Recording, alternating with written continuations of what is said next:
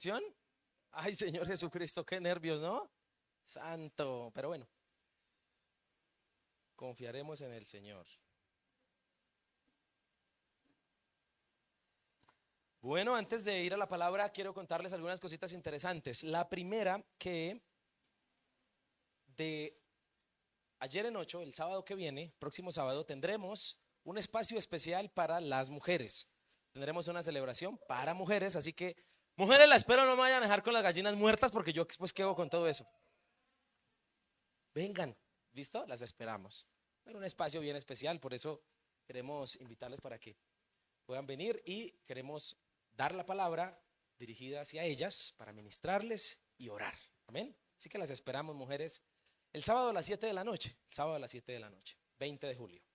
Y en segundo lugar, queremos también hacer énfasis en un evento que para nosotros es muy importante en la iglesia, más que evento es un retiro. Su nombre es Clínica para el Alma. La Clínica para el Alma lo que hace es ministrar las áreas emocionales del corazón de las personas. Y a veces necesitamos que alguien ore por nosotros y nos dé una palabra en esa área de las emociones. Por eso queremos invitarles a que también nos acompañen y que por favor se inscriban, se inscriban. Esto será el lunes festivo 19 de agosto. Es un festivo porque particularmente estamos todo el día en este lugar. Aquí almorzamos, tiene un costo de 25,000 pesos por almuerzo, por desayuno, por materiales, pero lo importante es que podamos venir y asistir. ¿Está bien? De verdad les pedimos, puedan venir, no se pierdan esa bendición de venir, que sé que Dios va a hacer una obra maravillosa en cada uno de nosotros. Inscríbanse, por favor, inscríbanse en la parte de atrás cuando termine la celebración. Yo me quiero inscribir para la Clínica del Alma. ¿Está bien? Ese día puedes traer el dinero, ese mismo día no tienes que abonar nada, para que nosotros podamos saber la cantidad de personas que tendremos y prepararnos entonces para la clínica. ¿Le parece? Entonces quiero pedirle el favor de que pueda también acompañarnos. Y le cuento para que nos ayude también a invitar, no solo para que tú vengas, sino si sabes de alguien que de pronto quisiera participar o que necesite de este retiro, entonces nos ayudes a invitarlo. Bien, ahora sí. ¿Está listo para la palabra de hoy? ¿De verdad? Dígale que está a su lado, prepárese. ¿Listo? Pídale el favor de que no me vaya a distraer, que después me cobra, si es que le debe. De verdad que nosotros ponemos el video de apagar el celular para que precisamente no vayan a haber instrucciones en el momento de la palabra, porque en el momento de la palabra es el momento más especial de la celebración. Entonces, la idea es tenerlo de esa forma. Inicio contándole uno de mis pasatiempos, de mis gustos, y es ver documentales de animales. No, en serio. ¿Alguien también se añade a ese? Sí. Ah, mire, allí están hasta cuadernos de animalitos. Bien, hermano. No, mentira, no vale tanto. Me fascina el tema de la fauna, de verdad. Me gusta ver documentales de animales. Y recuerdo que cuando era niño me encantaba coleccionar el álbum de Chocolatina Jet. ¿Alguien lo tuvo? Eso era una belleza, ¿cierto? Uno compraba la chocolatina no tanto por el chocolate, sino por el cromo. Yo lo llamábamos cromo, la estampilla, no sé. Y allí entonces aparecía el animal y uno leía que el nombre científico, que de dónde era, qué tal cosa. Y siempre me gustaba mucho ese tema. En mi época de colegio, para ese tiempo hasta ahora, habían unos pocos computadores, entonces nos llamaba mucho la atención. En los descansos, algunos nos íbamos hacia la biblioteca y nos podíamos ver libros de fauna y todo este tema, y me encanta como leer del asunto y ver sobre todo y hasta admirar a Dios a través de su creación, ¿cierto? Ver todo lo que el Señor ha hecho, cómo los animales se adaptan y los diferentes lugares. Bueno, me encanta la cosa. Lo cierto es que hace unos años atrás vi un documental acerca de un parásito y me pareció curiosa su ciclo de vida. Eso me pareció muy curioso, interesantísimo, porque como su nombre lo indica, parásito indica que se alimenta o vive de otros, ¿no? Bien la aclaración del nombre que se le dio. Y particularmente este parásito del que le quiero hablar, por cierto, su nombre un poquito enredado, Leucochloridium parasitum. Ese es su nombre científico Y este parásito usa dos animales para poder subsistir o para su ciclo de vida. El primero de ellos es el caracol. Entonces el caracol, cuando come tierra, basura, todo ese tipo de cosas, lo ingiere, escuche esto, y el parásito se ubica en el cerebro y en los ojos. Recordemos que los ojos del caracol son como antenas, ¿no? Se localiza en ese lugar y durante toda la vida del caracol permanece allí, y el caracol es engañado porque no sabe en qué momento pasa a ser un zombie. Pasa a que el parásito lo manipule, haga que coma lo que él quiere, vaya al lugar donde él quiere, mejor dicho, se apodera. El caracol se vuelve un vehículo de transporte para el parásito. La cosa es que estando vivo, todo esto pasa estando vivo el caracol. Se vuelve un zombie. Lo engaña porque, particularmente por instinto, el caracol, los caracoles buscan los lugares húmedos y oscuros para no estar a la intemperie de los posibles depredadores. Pero el parásito hace que el caracol salga de sus escondites y se ubique en las copas de los árboles o en las copas de las ramas para cumplir con su segundo ciclo de vida: ser ingerido por las aves.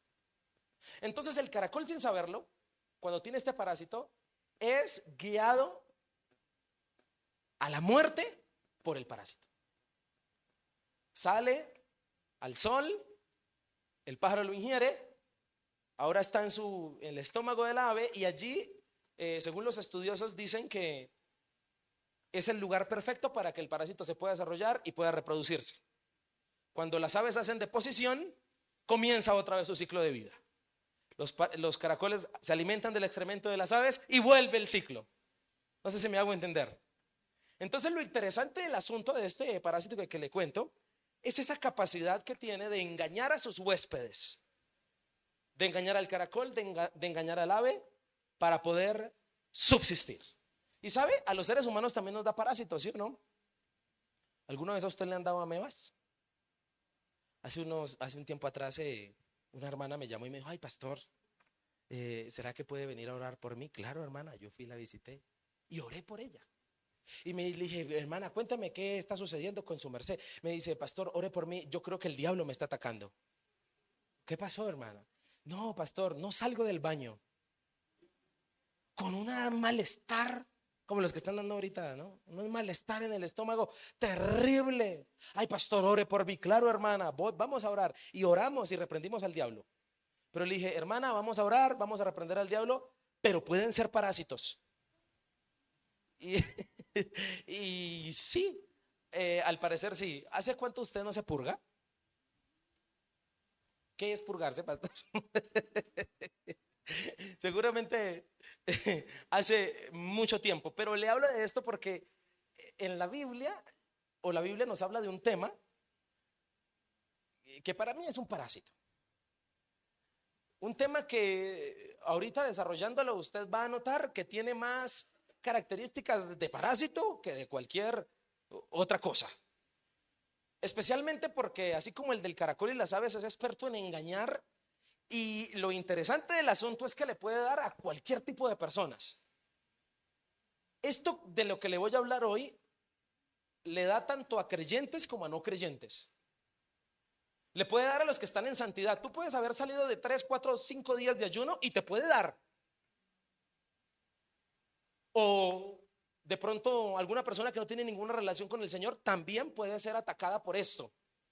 No respetan ni siquiera estatus social. No importa si eres rico, no importa si eres pobre, no importa si eres de clase media, no importa lo que sea, en la posición que estés, te da. Vuelvo y hago énfasis en esto. No le interesa si eres cristiano, te puede dar. Por eso, para mí, tiene más cara de parásito. Incluso en la psicología es tan engañoso que la psicología dice: nos toca clasificarlo entre negativo, pero también a veces positivo. Positivo porque, según la psicología, puede ayudar a la autoestima, pero también negativo para la psicología porque puede manifestar arrogancia y, sobre todo, generar conflictos. Espere, ya le voy a decir cuál es. Lo cierto es que es engañoso porque a la mayoría que nos ha dado eso, no sabemos distinguir en cuando es bueno y cuando ya pasó a ser malo, cuando es positivo y ya en algún momento pasó a ser negativo. Lo cierto de este parásito para mí es que tiene más cara de parásito porque siempre va a engañar a su portador. Un concepto de esto dice que es un sentimiento de satisfacción por los logros, una capacidad de hacerte sentir bien por tus méritos propios y puede llevar a la persona que tenga un buen autoestima. Pero también el otro concepto es que puede ser con arrogancia, con vanidad, un exceso de estimación propia que suele conllevar sentimientos de repudio y de supremacía. Señoras y señores, les estoy hablando de el orgullo. El orgullo le puede dar a todo el mundo. Le puede dar al más usado por Dios. Le puede dar al más lejano de Dios. No importa si eres niño, joven, adulto, le puede dar a cualquiera. Por eso para mí tiene más cara de parásito que de otra cosa. Es más, se dice que se alimenta de los logros, de las victorias, de los talentos, de los dones y particularmente de las bendiciones. Es tan tremendo esto del orgullo que se puede alimentar hasta del pecado. Para no ir tan lejos, en un ejemplo, hace unos días se celebraba el mes del orgullo gay. Del orgullo gay. O sea, existen personas orgullosas del pecado. No sé si me estoy haciendo entender. Particularmente, alguien dijo que como el orgullo se alimenta de los logros y de las cosas de tener o de sentirse bien o de que tengo cosas, alguien dijo que hay muchos pobres orgullosos, pero que todavía no han salido del closet de ser orgullosos, porque están esperando a tener dinero para poder que éste manifieste lo que realmente son. No sé si me estoy haciendo entender.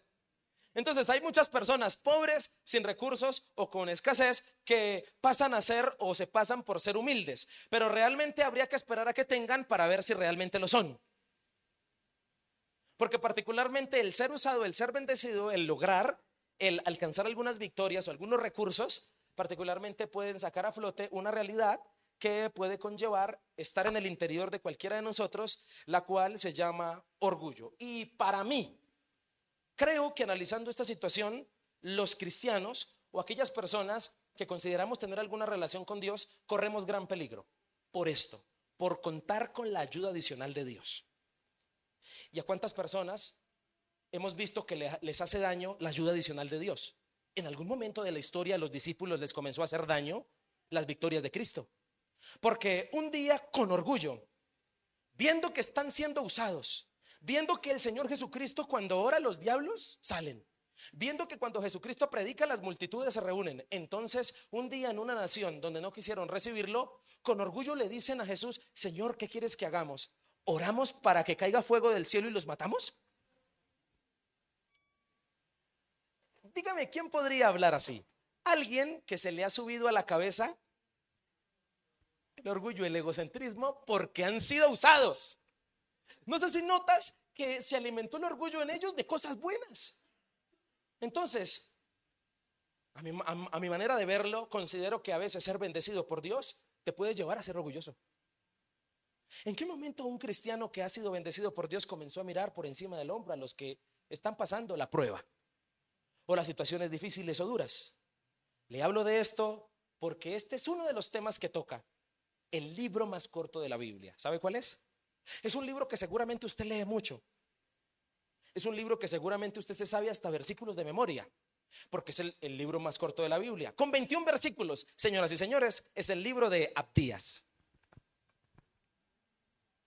¿No? Pastor, en la Biblia hay un libro que se llama Abdías. Sí, señor. Sí, está en el Antiguo Testamento. El libro más corto de la Biblia. Y Abdías es un librazo, aunque es corto, porque nos habla de el orgullo que sentía una nación. Lo orgullosa que se sentía, especialmente por tres razones. La primera, porque tenían una muy buena posición geográfica, vivían en montañas, en rocas. Entonces era difícil el acceso para que enemigos vinieran y los robaran o los esclavizaran. Se sentían orgullosos. Además se sentían orgullosos de tener unos guerreros excepcionales. Habían ganado muchas batallas, sobre todo en una región de ese lugar que se llamaba Tamán de Edom, Edom siendo una nación. Los guerreros eran tremendos guerreros y se sentían orgullosos por eso. Y por último, se sentían orgullosos porque al parecer las cosas les funcionaban y tenían sabiduría. Entonces se mofaron un día y se llenaron su corazón de orgullo.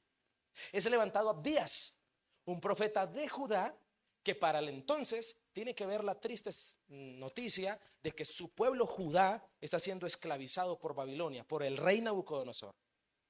Edom es una nación aledaña, cercana, con límites de Judá. La cosa es que Edom es una nación que viene de Esaú. Hagamos un recuento para entender esto.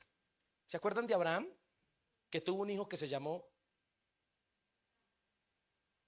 ¿cómo se llama el hijo de Abraham? Isaac. Y Isaac tuvo dos hijos, Jacob y Esaú. De Jacob viene el linaje de los israelitas y de Esaú viene el linaje de los edomitas o de Edom. Entonces Edom se vuelve una nación, pero son hermanos tanto de parentela, de sangre, de linaje de los israelitas. Pero Edom, cuando sus hermanos israelitas están siendo esclavizados, Edom antes ayudó a saquearlos, antes ayudó a robarlos, antes ayudó a que Nabucodonosor, el rey de Babilonia, se saliera con la suya. La Biblia dice en el relato que Edom fue un lugar de refugio para los israelitas que escapaban corriendo de la esclavitud y llegaban a Edom y Edom los mataba, no les daba refugio, no importando de dónde venían. Entonces Edom se volvió una nación desagradable para los ojos de Dios, especialmente porque conocían de Dios y venían del mismo padre Abraham. Es ahí donde Dios tiene que levantar entonces a Abdías para profetizar contra Edom y profetizarle porque se han enorgullecido y también porque ha tratado muy mal a sus propios hermanos, el pueblo de Judá, en medio de esta persecución. Entonces Abdías, capítulo 1, versículo 2 dice así. Leeremos en la Nueva Traducción Viviente. El Señor dice a Edom: te haré pequeña entre las naciones, serás muy despreciada. Y quisiera que nos centráramos en el versículo 3. Has sido engañada por tu propio Edom. Quiero decirte algo, que tu orgullo te ha engañado, porque vives en una fortaleza de piedra y haces tu morada en lo alto de la montaña. ¿Quién puede tocarnos aquí en las remontas alturas?, te preguntas con arrogancia. Pero aunque te remontes tan alto como las águilas y construyas tu nido entre las estrellas, el Señor le dijo a Edom: te haré caer estrepitosamente, dice el Señor. Si vinieran ladrones en la noche y te robaran, ¿qué desastre te espera? No se llevarían todo. Los que cosechan uvas siempre dejan unas cuantas para los pobres, pero tus enemigos te aniquilarán por completo. Registrarán y saquearán cada rincón y cada grieta de Edom, se llevarán hasta el último de los tesoros escondidos. Todos tus aliados se volverán contra ti y ayudarán a expulsarte de tu tierra. Te prometerán paz mientras traman ¿qué? Engañarte y destruirte. Tus amigos de confianza te tenderán trampas y ni siquiera te darás cuenta. 8. En aquel día ni una sola persona sabia quedará en toda la tierra de Edom, dice el Señor. Pues destruiré en las montañas de Edom a todos los que tengan entendimiento. Los más poderosos guerreros de Temán sentirán terror y todos en las montañas de Edom serán ¿qué? Exterminados en la masacre. Acabamos de leer parte del castigo, de la disciplina que el Señor decretó a través de Abdías para el pueblo de Edom por su orgullo y por sus malos actos. ¿Estamos de acuerdo hasta aquí? Definitivamente ya de entradita podemos interpretar que al Señor, si algo aborrece, es el orgullo. Y algunos versículos para enfatizar esta verdad por si hay dudas. Uno muy conocido que dice: porque Jehová es excelso y atiende al humilde, mas al altivo mira. Otro: Dios resiste a los soberbios, pero le da gracia a los humildes. Otro: altivez de ojos y orgullo de corazón y pensamientos impíos son pecados. Que quede claro en este escenario cristiano que definitivamente por estas evidencias y por Edom sobre todo, Dios aborrece el orgullo. Particularmente en el pueblo de Edom descubro cosas que les hizo sentir el orgullo, que no eran de Dios. Y particularmente como nos puede dar a todos en este lugar, sin respetar creencia, posición o lo que sea, definitivamente ser orgulloso es vivir con el engaño adentro. Así se titula este mensaje, con el engaño adentro. Así vivió engañada Edom cuando se sintió enorgullecida, con el engaño por dentro. No creía que iba a caer, pero Dios lo dictaminó y así sucedió. Y como le mencionaba hace unos minutos, en el relato de Edom, a continuación, quisiera mostrarle sentimientos falsos. Quisiera mostrarle falsas cosas que nos hace sentir el orgullo y que Dios, por lo tanto, aborrece. La primera de ellas, la descubrimos en los primeros versículos. Falsa seguridad. El orgullo te hace sentir falsa seguridad. Y lo descubrimos especialmente en este relato porque esa satisfacción que sintieron los edomitas de esta nación junto al mar muerto que vivían, dice la Biblia que dijeron en un momento: ¿quién puede tocarnos aquí en las alturas? Ellos vivían en rocas altas, en montañas, y sintieron una superioridad frente a otras naciones. Judá particularmente vivía en la media luna fértil, que es un lugar llano. Ellos vivían en las alturas. Es más difícil conquistar una nación que vive arriba. Edom se sintió orgullosa por su posición. Y cuando da esa frase, particularmente que se encuentra en el versículo 3, está hablando de una superioridad que siente y una falsa seguridad que siente viviendo allá. A nosotros nunca nos va a pasar esto. Y entonces el corazón de ellos comenzó a llenarse de orgullo, porque el orgullo siempre nos oculta el error de la superioridad. Sentirse superior es un error. Sentirse superior es una falsedad, es un falso sentimiento. Sentirse seguro por las cosas que poseo es una falsa seguridad que particularmente el orgullo nos ofrece a todos nosotros. Y la humanidad, los seres humanos, particularmente cuando nos sentimos superiores en talentos, en dones, en habilidades, en dinero en el bolsillo, cuando sentimos que tenemos un poquito más que el vecino, nos sentimos más seguros. Esta mañana le ponía el ejemplo a los hermanos y quisiera ponerlo aquí, pero por favor, respóndame con la sinceridad de su corazón. No me vaya a responder con cosas ideales. ¿Usted cómo duerme mejor? ¿Con deudas y un poquito de dinero en el bolsillo? ¿O sin deudas porque tiene una buena cantidad de dinero en el banco?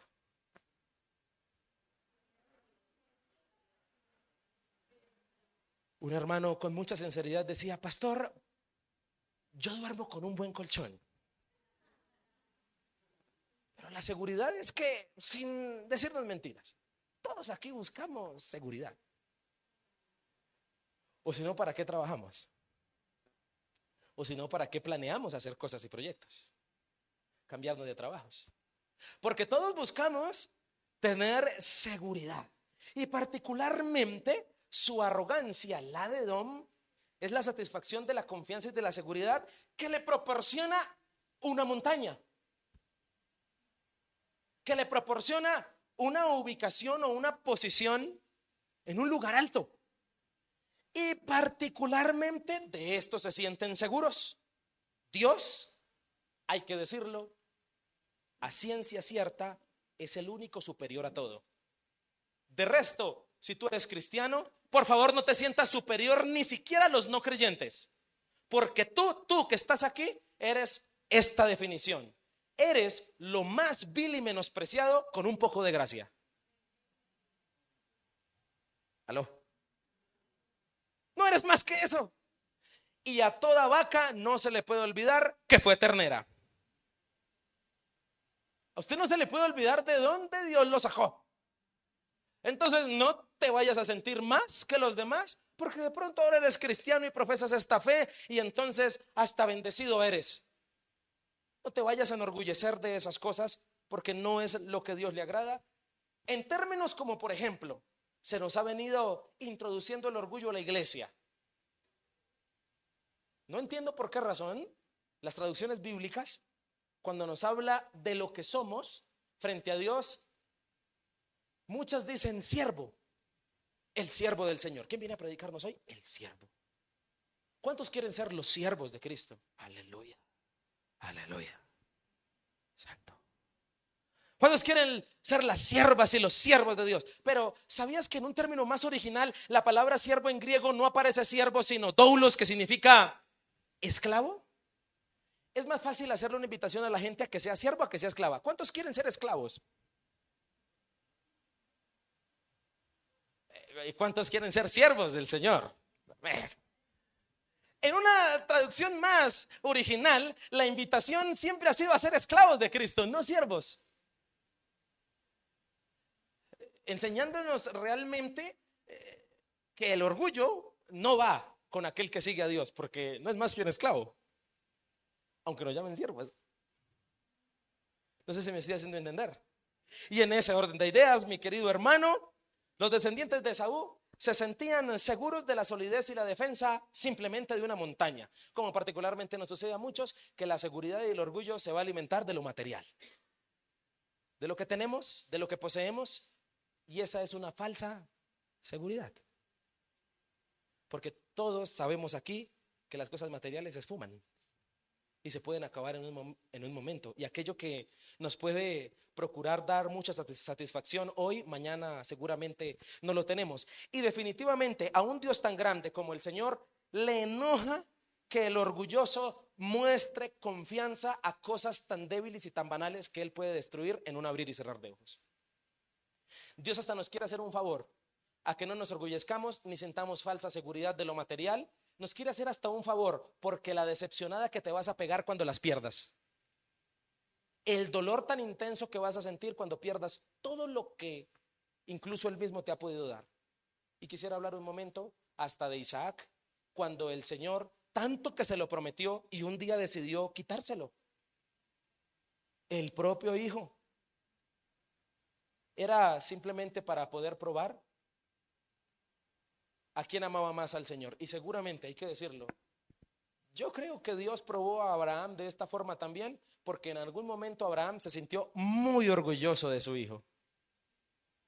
Se sintió con mucho orgullo por alcanzar lo que tanto había deseado. Y definitivamente la falsa seguridad nos la va a proporcionar el orgullo, pero es falsa, no se nos puede olvidar. Ahora, quiero decirte lo siguiente: Dios se enoja con Edom porque siente supuestamente salvación. Se siente a salvo después de haber sido tan despreciable con su propio hermano Judá. Y Dios se enoja. ¿Cómo alguien que ha sido tan despreciable con una nación hermana suya se puede sentir tan orgullosa de ser tan malo? Quiero decirle lo siguiente por si hay dudas: jamás, nunca en la vida estará a salvo aquel que actúa mal. Nunca estará a salvo. Pero también, por si hay dudas, nunca estará a salvo aquel que es orgulloso. Nunca estará a salvo. ¿Aló? ¿Me está haciendo entender? Porque si el enemigo es el que te ataca y lo que está sufriendo son pruebas, Dios te va a salvar. Pero te voy a decir esto sin ponerle adornos. Si Dios huele en ti que estás siendo orgulloso por cualquiera que sea la razón, eres objetivo militar de Dios.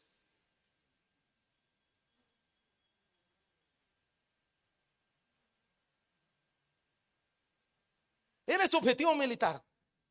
Porque Dios no se va a dar el lujo de tener hijos orgullosos. Y si eres objetivo militar de Dios, ¿quién te puede salvar de Dios? Nadie. En ese orden de ideas, ¿por qué sentirnos orgullosos? ¿Por qué te sientes a salvo? Lo único que te podría salvar es el arrepentimiento. Por eso Dios promete a esta nación volverla pequeña, volverla despreciable. La hará caer estrepitosamente, y esa palabra significa con mucho ruido. Es decir, que todo el mundo se va a dar cuenta, porque el orgullo lleva a los orgullosos a la vergüenza. Ahora, termina con la analogía del ladrón en el versículo 6. Es que hoy es la procesión de la Virgen del Carmen. Menos mal que vinieron a culto, no estarían allá. Bueno.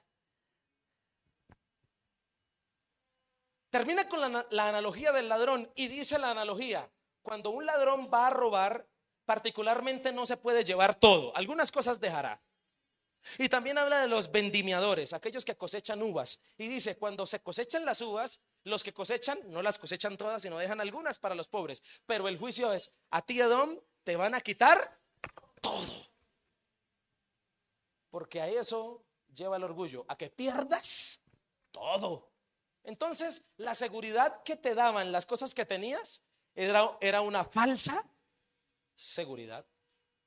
Por eso, no caigas, mi hermano, no caigas, no vayas a caer en la trampa de la falsa seguridad que te quiere proporcionar el orgullo. Pilas con sentirlo. Y la verdad es que nos puede llegar a todos en cualquier momento. ¿Estamos de acuerdo con esto? En ese orden de ideas, estamos hablando en primer lugar de una primera falsedad que nos hace sentir el orgullo, falsa seguridad. Pero también el versículo 7 nos habla de una segunda: falsa serenidad, falsa paz. El orgullo, al que lo siente, lo hace sentir en un estado de tranquilidad, de superioridad, donde siente que todo está bien. Lo cierto es que el versículo 7 profetiza para Edom que aquellos que le prometieron paz, es decir, sus aliados y sus amigos de confianza, los iban a traicionar. ¿Paz? ¿Sientes paz? Pues déjame decirte que tus propios amigos a tus espaldas están tramando traicionarte, y lo que va a venir para ti es puro caos. Entonces, no te dejes creer del orgullo.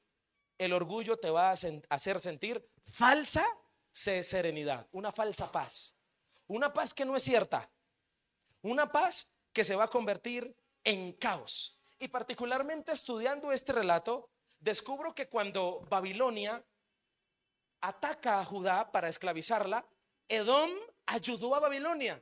Me imagino a los reyes al rey de Edom y al rey de Babilonia planeando atacar juntos a Judá, haciendo tregua entre ellos, y los dos diciendo: no, nosotros, bien, vamos a ir a atacar a Judá.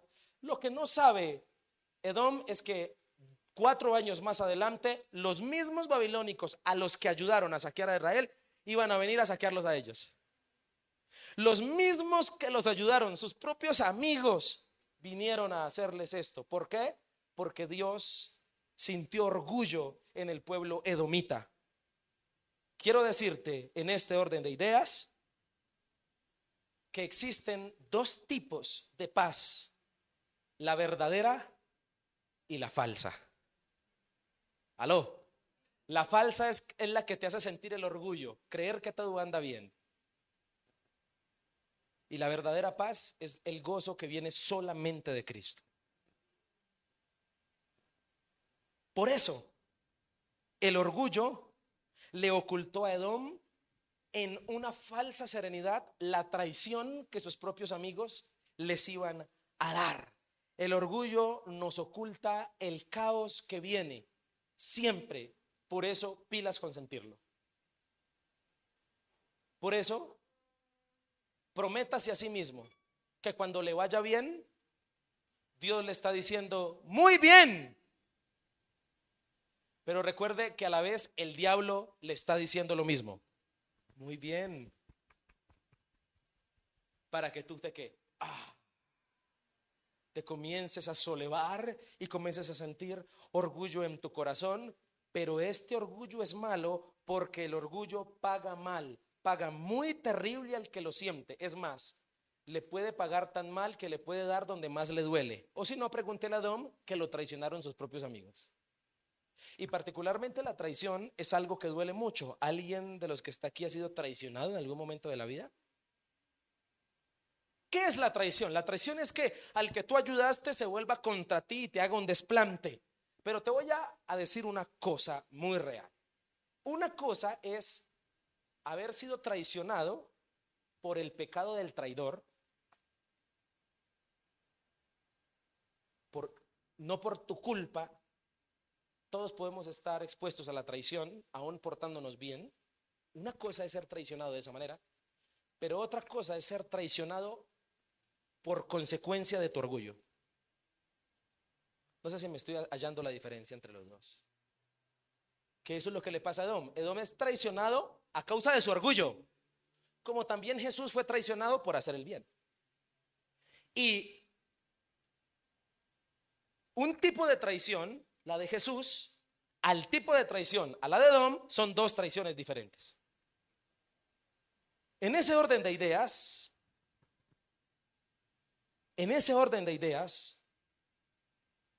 hay una fachada en esta falsa seguridad que está sintiendo Edom, porque sus enemigos están viniendo luego para hacerle una promesa de paz. Te prometerán paz mientras traman engañarte, pero realmente es una falsedad. Y ahora quiero decirte lo siguiente: qué peligro es que a una persona con amigos le dé orgullo. Es un peligro muy grave que una persona que tiene amigos le dé orgullo. ¿Por qué? Porque el orgullo es experto en exterminar las amistades. ¿Qué es lo que particularmente uno siente cuando percibe el orgullo en otras personas? Repudio. A la mayoría, creo que aquí, a todos los que estamos aquí, ver el orgullo o ver una persona orgullosa nos causa fastidio. Es mejor alejarse. Uno dice, uy, no, yo con personas así no puedo. Y uno se aleja. Y la verdad es que, evaluándolo en este mismo sentido, no me responda, pero yo quiero preguntar: ¿cuántos de los que estamos aquí hemos perdido buenas amistades porque esos buenos amigos nos vieron a nosotros orgullosos y se alejaron mejor? Como también de pronto tú tenías un amigo o una amiga y te alejaste de él o de ella porque se volvió orgulloso. El orgullo, a lo que voy, es a que tiende a dañar las buenas amistades. El orgullo no solo daña al que lo porta, sino daña a las personas que están alrededor. El orgullo tiene la capacidad de despertar malos sentimientos en la gente. Así como cuando tú ves a un orgulloso, te despierta el mal sentimiento de repudio y de alejarte de él porque no lo soportas. Entonces el orgullo tiene la capacidad de dañar lo que viene bien. Hay que decirlo.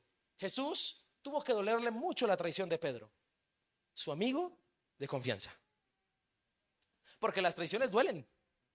Pero particularmente horas antes, ¿a quién vemos mofándose? A Pedro, cuando el Señor con mucha serenidad y seguridad les dice: bueno, muchachos, quiero decirle que muchos de los que están aquí me van a abandonar, se van a ir. ¿Y quién salió a hablar con orgullo? Pedro. ¿Y qué dijo? Señor, estás equivocado, yo no, así me toque morir contigo. Pero más adelante ese orgullo lo hizo quedar en vergüenza, porque llegó a traicionar al Señor. Entonces Edom y Pedro nos demuestran una verdad.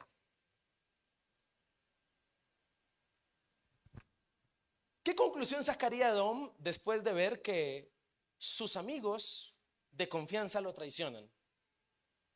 Sacaría como conclusión una famosa frase que hasta el día de hoy escuchamos, y es: ahora yo no confío en nadie. Y va a creer usted que detrás de esa frase y detrás de las personas que dicen eso, significa que esas personas un día fueron Edom.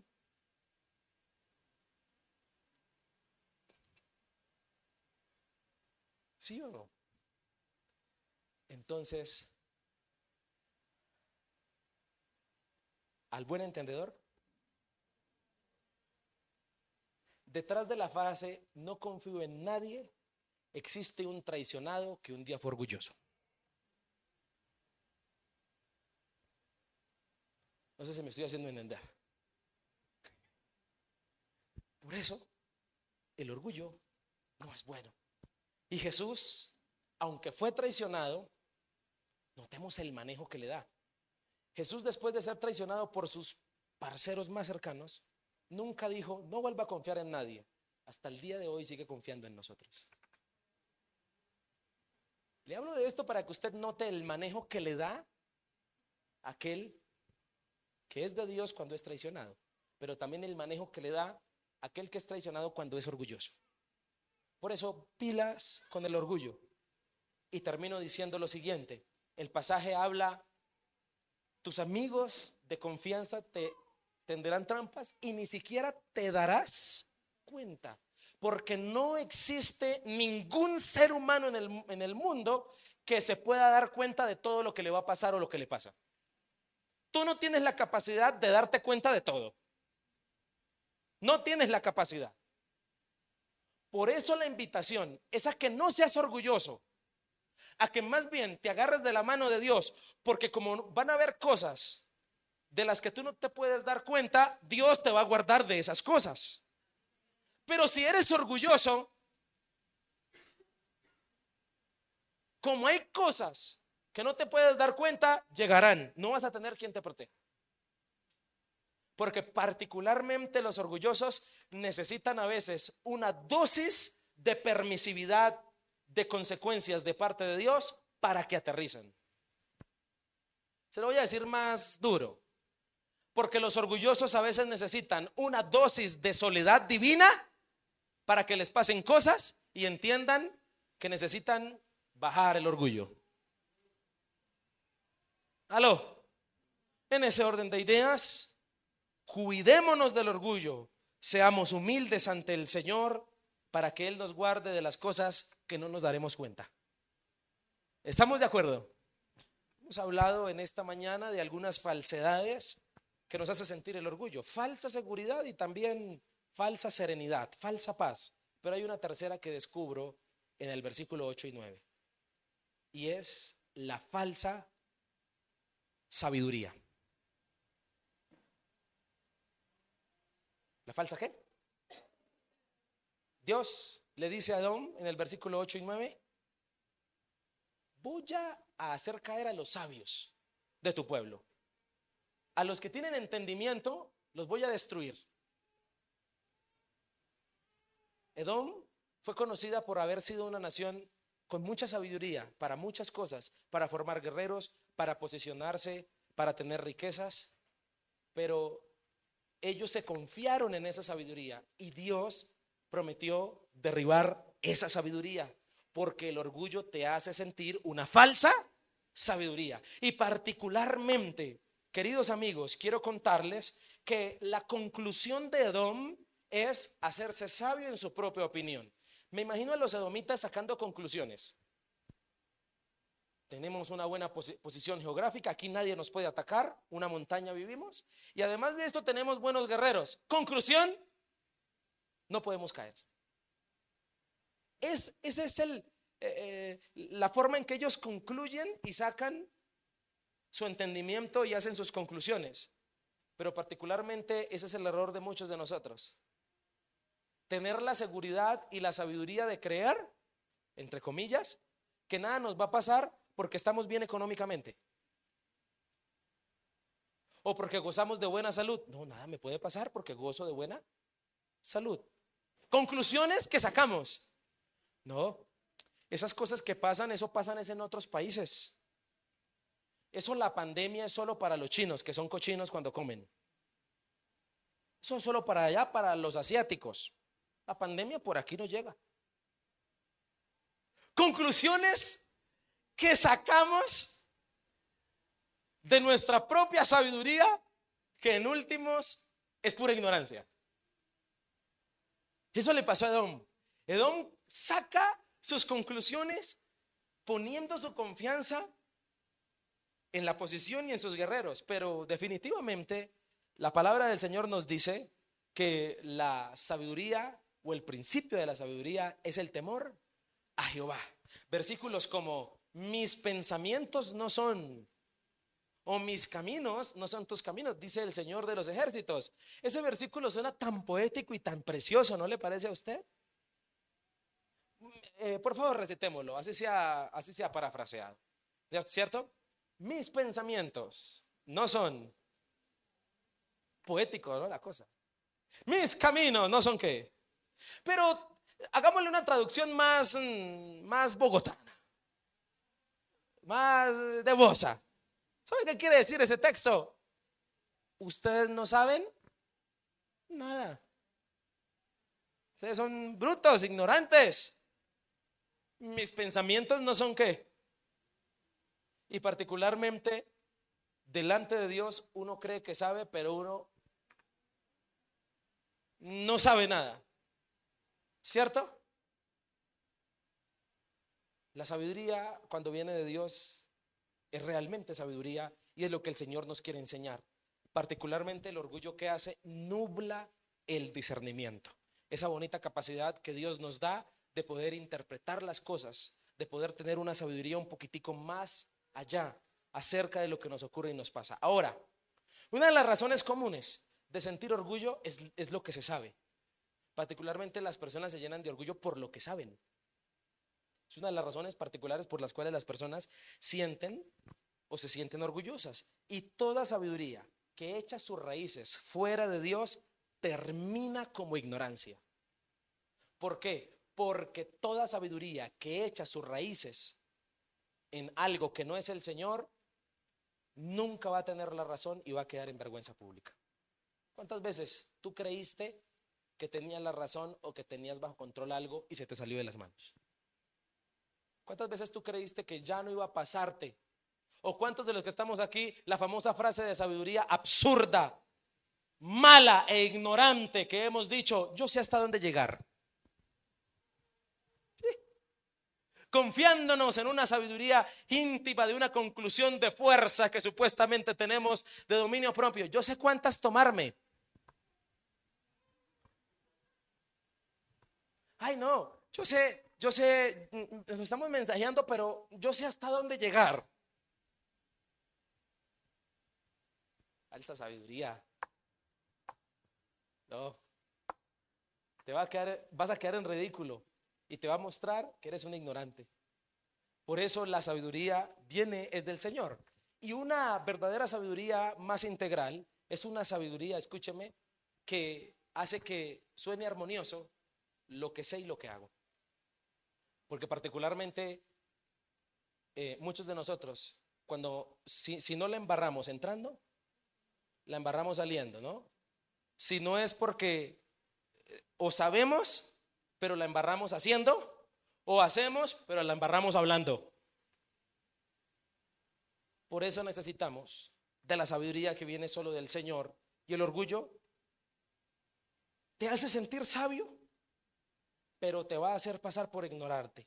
Te hace sentir valiente, pero te hace pasar por cobarde. El orgullo siente que sabe, pero el humilde sabe que no sabe nada. Por eso el famoso filósofo Sócrates hasta tenía razón. Solo sé que nada sé. El orgullo es sinónimo de arrogancia que impide el aprendizaje, como lo fueron los fariseos. Y descubro en Edom lo mucho que a Dios le enoja el orgullo. Descubro una intención divina para castigar, un apresuramiento de parte del Señor por traer una disciplina hacia este pueblo que se siente orgulloso. Descubro la intencionalidad de Dios por disciplinar a Edom. Dios disciplina a Edom donde más le va a doler y donde más orgulloso se siente. Tanto que vienen hablando de sus montañas, pues se las voy a destruir. Tanto que vienen hablando de sus guerreros, pues serán unos cobardes. Dios lo hace así porque la sabiduría humana tiende a querer hacer como Dios, como el orgullo que sintieron allá los de la Torre de Babel. ¿Se acuerda? No creo que se acuerde porque no estuvo. ¿Lo ha leído? ¿Sí? ¿Estamos de acuerdo? Bueno, ¿se acuerda? Génesis, capítulo 11. querer ser igual a quién, al Señor, y se enorgullecieron. Nadie nos puede detener. Entonces Dios dice, bajemos y confundamos la lengua de los hombres para que no, porque si empiezan, el mismo Dios dijo, si empiezan nadie los va a poder detener. Orgullo. Entonces Dios lo deshizo y acabó con la construcción que más los enorgullecía. Y en Edom quedarían los más débiles. Los guerreros, versículo 9, serían derrotados, los más poderosos, los débiles, que no sabrían cómo levantarse. Y le quiero contar una triste historia. Dios siempre le dio oportunidad de arrepentimiento a Edom, pero según la historia, los libros y la Biblia concuerdan en evidenciar que la profecía de Abdías se cumplió y Edom desapareció de la faz de la tierra. Hasta el día de hoy. O si no, tendríamos un pueblo al pie de Judá que se llamaría hoy Edom. Pero no existe. No existe porque 4 años después de la deportación, 586 antes de Cristo, cuando Judá es llevada a Babilonia, 4 años después vienen los mismos babilónicos y esclavizan también a Edom. Luego más adelante viene un pueblo llamado los nabateos, que se apoderaron del territorio que tenían los edomitas para entonces. En el periodo veterotestamentario, los 400 años de silencio de Dios, los macabeos. ¿Ha escuchado acerca de ese libro? Habla de un hombre que también los esclavizó y los puso a pagar impuestos. Para la época de Jesús, cuando el imperio romano era el que mandaba, quedaron unos pocos edomitas y les tocó unirse a su pueblo hermano Judá, para que entonces en el año 70, con la destrucción del templo de nuestra era, los edomitas fueran exterminados de la faz de la tierra. Todo porque se enorgullecieron. ¿Qué quiero decirte con esto? Que el orgullo lo único que te va a llevar es a la destrucción. No lo sientas, no es tu amigo, es un parásito que te va a hacer sentir falsedades, una falsa seguridad, una falsa paz, una falsa serenidad, pero también una falsa sabiduría. Y quiero terminar con este juego de palabras. El orgullo te hace sentir, pero luego te hace pasar. Te hace sentir falsa seguridad, pero luego te hace pasar una verdadera caída. Te hace sentir una falsa serenidad, pero luego te hace pasar por un verdadero caos. El orgullo te hace sentir una falsa sabiduría, pero luego te hace pasar por una verdadera ignorancia. Solo te hace sentir, pero nunca te hace pasar por cosas buenas. ¿Aló? Solo quiere lograr el cometido de sentires, quiere hacerte sentir, pero experimentar y pasar solo cosas malas. Y termino diciéndole que conozco a uno que en su biografía bíblica nunca fue orgulloso. Él es Jesucristo de Nazaret. Cuando lees a Jesús y su biografía, jamás, nunca vas a descubrir en él ni una pizca de orgullo siendo él Dios. Sanaba enfermos, hacía milagros sobrenaturales, resucitaba muertos, predicaba y las multitudes llegaban. Todas estas hazañas las hizo siempre, sin una gota de orgullo. Tú cuando lees a Jesús, Él nunca te inspira orgullo, que Él fue orgulloso. Te inspira la mayor humildad del mundo. Por eso se escribió de Él y se dijo así: haya pues en vosotros el mismo sentir que hubo también en Cristo, el cual, siendo en forma de Dios, no estimó el ser igual a Dios como cosa que aferrarse, sino que se despojó a sí mismo, tomando forma de esclavo, de siervo, hecho semejante a los hombres. Y estando en la condición de hombre, se humilló a sí mismo, haciéndose obediente hasta la muerte y muerte de cruz. Por lo cual, Dios también lo exaltó hasta lo sumo y le dio un nombre que es sobre todo nombre. Su hermano de sangre, Santiago, porque Santiago fue hermano de Jesús. de sangre. Dios resiste a los soberbios y da gracia a los humildes, dijo Santiago. Y Santiago, aunque vio crecer a Jesús porque fue medio hermano de Cristo, cuando se presenta en su carta dice: yo, Santiago, esclavo de Cristo.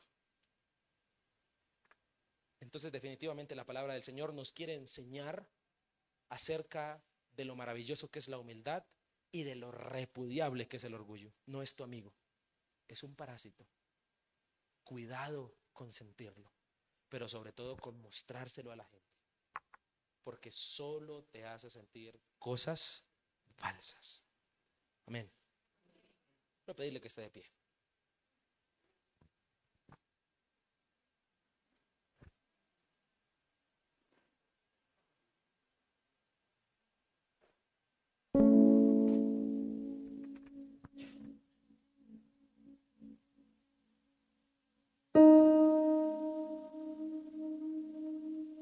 Quisiera pedirle que oráramos en este momento y que oráramos con entendimiento, que oráramos de acuerdo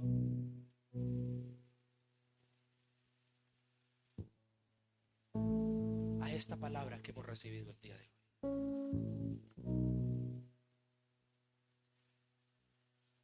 Quiero pedirle que oremos al Señor y le pidamos que nos guarde de este gran parásito que anda alrededor del mundo, de este gran parásito que nos puede llevar a sentires falsos y a verdades caóticas. Oramos, Señor, a ti. Cierra tus ojitos y busca hablar con tu Señor. ¿Hace cuánto no hablas con Él? Bueno, hoy es el día. ¿Y sabes cómo está Él? Muy feliz de que te acerques a Él hoy con humildad, con mucha humildad. A veces nuestro rostro en tierra y nuestros ojos cerrados implican sumisión a un gran Señor, alguien que está por encima de nosotros, que mereciera ser el más orgulloso de todo el mundo, porque tiene con qué serlo, pero no lo es. Mas tomó forma de hombre. Y hay una verdad en su humildad, la verdad del principio transversal que el Señor te quiere enseñar a ti y a mí, y es hacerlo también. Señor, oramos para que tú nos guardes de ser orgullosos. Señor, que no nos hagan mal los triunfos que tengamos, que no nos lleven, Señor, a hacer cosas que no somos. Ayúdanos, Padre, a todos los que estamos aquí. Perdónanos, Señor, por si con desdén hemos tratado a las personas, porque de pronto nos sentimos más usados por ti que ellos. Perdónanos por si hay personas aquí, Señor, perdónanos por si a veces nuestras habilidades han sido mejores que las de otros y los hemos visto con arrogancia. Padre, ayúdanos. Perdónanos por sentirnos orgullosos de cosas que son pecado. Perdónanos por sentirnos orgullosos de cosas, Dios, que no te agradan y no te gustan. Padre, ayúdanos a ser humildes a donde quiera que vayamos. Que nuestra actitud sea más que de siervos, de esclavos tuyos, Señor. Que nuestra vida, Señor amado, te represente. Decías a través del apóstol Pablo en Filipenses: haya pues en vosotros el mismo sentir que hubo en Cristo, el sentir de la humildad. Señor, y te pido que todos los que estamos aquí la mostremos, que le agachemos la cabeza a nuestra pareja, a nuestra esposa, a nuestro esposo, que haya humildad para el perdón, que haya humildad para ser tus hijos, para el trabajo, para la oración, para todo lo que nos has dado, Dios. Danos la fuerza, Padre Celestial, de buscar tu rostro diariamente. Señor, aprendemos de los edomitas que el orgullo no es, Padre Celestial, una opción. Perdónanos y guárdanos incluso en nuestras redes sociales, que a veces a través de ellas queremos ostentar y mostrar con orgullo nuestros logros, Señor. Perdónanos. Perdónanos si la intención de subir nuestros estados, nuestras fotos, de subir nuestras comidas, nuestros viajes, es mostrarle orgullo al mundo, Señor. Perdónanos. Perdónanos, Padre Celestial. Y también ayúdanos con esto de la humildad en ti. Ayúdanos a trabajar en esto todos los días y sobre todo a mostrarte. Dale gracias a Dios, estás en un lugar donde puedes hablar con Él. Dale gracias a Dios, estás en un lugar donde no te vamos a juzgar, donde el que está a tu lado es una persona también quebrantada, herida. Aquí estamos los que necesitamos. Aquí no estamos los perfectos. Aquí estamos personas comunes y corrientes, seguramente con más pecados que los de afuera, que necesitamos de Él, y aquí encontramos el abrazo de un Padre y el amor de un Señor que nos ayuda. Hay un antídoto que Dios le mostró a Edom, pero que Edom nunca tomó, y fue el arrepentimiento. Lo invitó a arrepentirse, pero Edom no quiso arrepentirse. Arrepentámonos nosotros hoy. Tomemos esa palabra y digámosle: Señor, me arrepiento. Si en algún momento he sido orgulloso, arrogante, si en algún momento porque me has usado, porque he sido bendecido, porque tengo una familia de bendición, porque todo está bien en mi vida, perdóname, Señor, si me he sentido orgulloso de eso y eso me ha llevado a la arrogancia. Padre, aquí estamos. Deseamos de ti, necesitamos de ti y te pedimos tu presencia en nuestra vida. Gracias por darnos la oportunidad de orar. Gracias por darnos la oportunidad de clamar de esta manera. En el nombre de Cristo Jesús. Amén y amén. Amén. ¿Cuánto le dan un aplauso al Rey de Reyes?